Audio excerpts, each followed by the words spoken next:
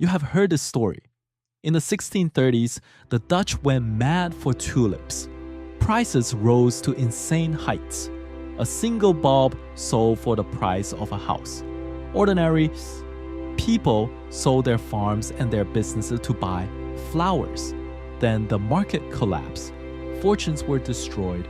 Merchants threw themselves into the canals, and the Dutch economy was wrecked for years.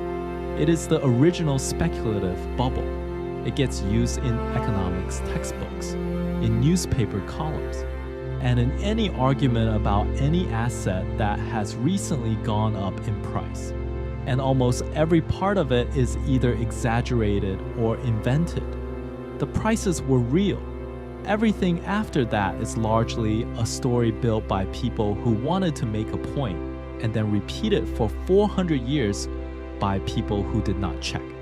So let's do the real version because it is smaller, stranger, and considerably more interesting. Start with why tulips mattered at all. The tulip was not native to Europe. It came from the Ottoman world in the 16th century, and it arrived into a Dutch republic that was, at that moment, extraordinarily wealthy.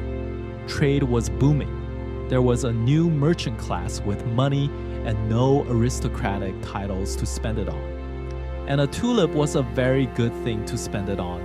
It was exotic. It was difficult to grow. And crucially, it was slow. A tulip grown from seed takes something like 7 to 12 years to flower. You cannot simply make more of them because demand went up. Now, here's the part that actually explains the prices, and it is usually left out. The most valuable tulips were not ordinary colored flowers. They were the broken ones. A small number of bulbs produced petals with dramatic flame-like streaks of contrasting color, feathering across the petal. They were spectacular, and they were unpredictable. Nobody could produce them reliably. You could not breed for them. A plain bulb might suddenly produce a broken flower, and its offsets, the small bulbs that grow off the parent, would carry the same pattern. So a broken tulip was effectively a unique living object that could only be multiplied slowly, by hand, one offset at a time. That is not a tulip market. That is closer to an art market. And the reason nobody could produce them on demand is that the streaking was caused by a virus carried between plants by aphids, which weakened the bulb and reduced how much it could reproduce. The most valuable tulips in the Netherlands were sick ones. Nobody knew that until the 20th century. So the high prices were not irrational. They were prices for rare, slow-growing, unreproducible objects in a wealthy society with a fashion for them. Now, the trading. Tulips have a problem as a commodity. They can only be lifted and moved during a short window in the summer. For the rest of the year, the bulb is in the ground and cannot be traded physically. So merchants began trading contracts instead. You would agree now to buy a particular bulb at a set price when it was lifted the following summer, which is a futures market, several centuries before anyone called it that. And in the winter of 1636 into 1637, those contracts were being traded briskly. Prices rose steeply over a few months. Then, in February 1637, at a routine auction in Haarlem, there were no buyers, and within days, the contract prices across the Republic collapsed.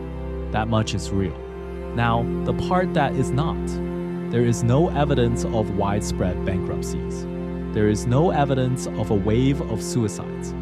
That detail appears to have been invented much later and simply repeated. There is no evidence that the Dutch economy suffered any meaningful damage. The Republic remained the wealthiest state in Europe and continued its golden age without interruption. And the number of people involved was small. Modern research into the surviving records finds a few hundred participants concentrated in a handful of cities, overwhelmingly drawn from merchants and skilled craftsmen who already had money. There is no evidence of ordinary laborers selling their homes to buy flowers.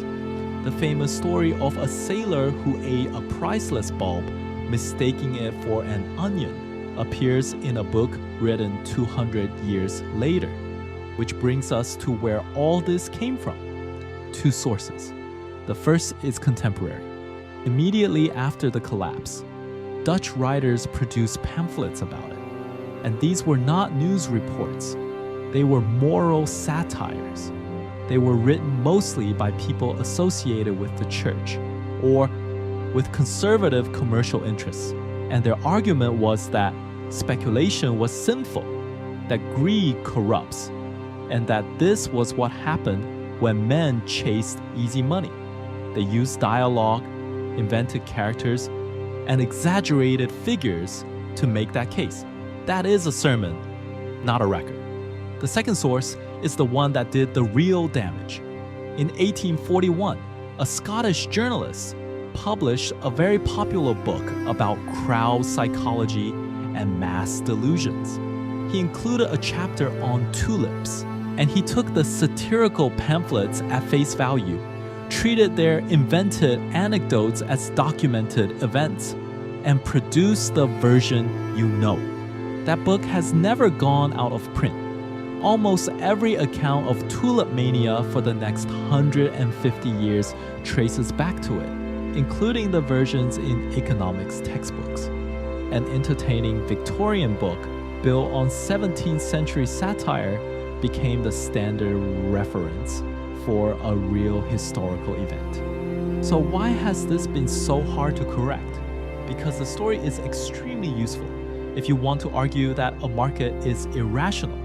Tulip mania is the perfect example. It is old enough to feel like settled fact. It is absurd enough to need no explanation. And flowers are inherently a bit ridiculous, which makes the point land harder. Every time an asset price rises, somebody produces tulips. The example does a great deal of work, and nobody checking it too closely is in anyone's interest. But notice what gets lost. The real story is about a genuinely novel object, a virus nobody understood, a functioning future market operating centuries early, and a price correction in a specialist trade that harmed a few hundred wealthy people and left the wider economy untouched. That is a more interesting story than a nation going mad. It is also a much less useful one because it does not prove anything about human folly, which may be the actual lesson here. The tulip story survived not because it was true, but because it was convenient. It is cited as evidence that people believe foolish things without checking. And the evidence for that claim is a story that people have believed for 400 years without checking.